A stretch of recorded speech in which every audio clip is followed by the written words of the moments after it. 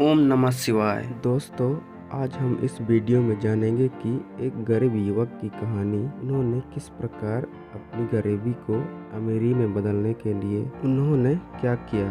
दोस्तों, इस कहानी को ध्यान से सुनिएगा। एक गरीब युवक अपनी गरीबी से परेशान होकर अपना जीवन समाप्त करने नदी पर गया। वहाँ एक साधु ने उसे ऐसा करने से रोक दिया। साधु ने उन युवक से पूछा, तुम ऐसा क्यों कर रहे हो? युवक ने अपनी सारी परेशानियों को उन साधु से व्यक्त किया और यह सब सुनकर साधु ने कहा, मेरे पास एक विद्या है जिससे ऐसे जादुई घड़ा बन जाएगा कि जो भी उस घड़े से मांगोगे यह जादुई घड़ा पूरा कर देगा। पर जिस दिन यह घड़ा फूट जाएगा उसी समय जो कुछ भी इस घड़े ने दिया होगा, साधु ने कहा, वह सब गायब हो जाएगा। अगर तुम मेरा 2 साल तक सेवा करोगे तो यह घड़ा मैं तुम्हें दे सकता हूँ, और अगर 5 साल तक तुम मेरी सेवा करोगे तो मैं यह घड़ा बनाने की विद्या भी तुम्हें सिखा दूंगा। बोलो, तुम क्या चाहते हो? साधु की यह बात सुनकर उस युवक ने कहा,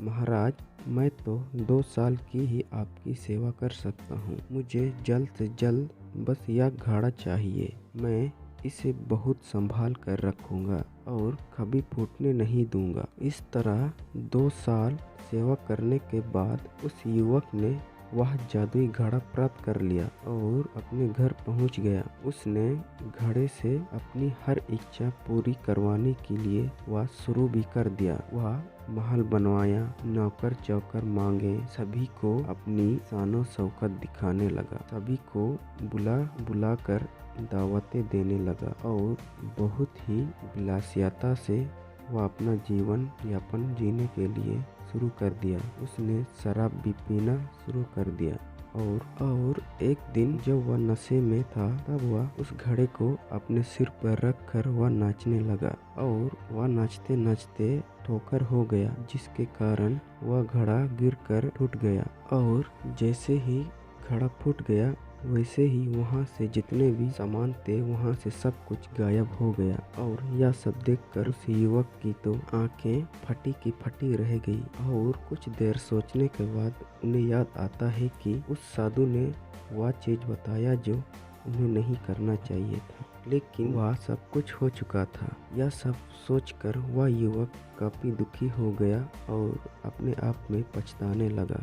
अब युवक को पछतावा होते हुए उन्होंने सोचने लगा कि काश मैं जल्दबाजी न की होती। नशे में मैं उस घड़ा को लेकर अपने सिर पर नहीं लिया होता तो और घड़ा बनाने की विद्या सीख ली होती तो आज मैं फिर से कंगाल ना होता। दोस्तों, इसीलिए ईश्वर हमेशा 2 रास्ते पर रखता है, और एक आसान जल्दी वाला और दूसरा थोड़ा लंबा समय वाला पर गहरा ज्ञान वाला होता है। यह हमें खुद चुनना होता है कि हम किस रास्ते पर चलें। कोई भी काम जल्दबाजी में नहीं करनी चाहिए, वह अच्छा नहीं होता, बल्कि उसके विषय में हमें गहरी ज्ञान का अनुभव होना अति आवश्यक होता है।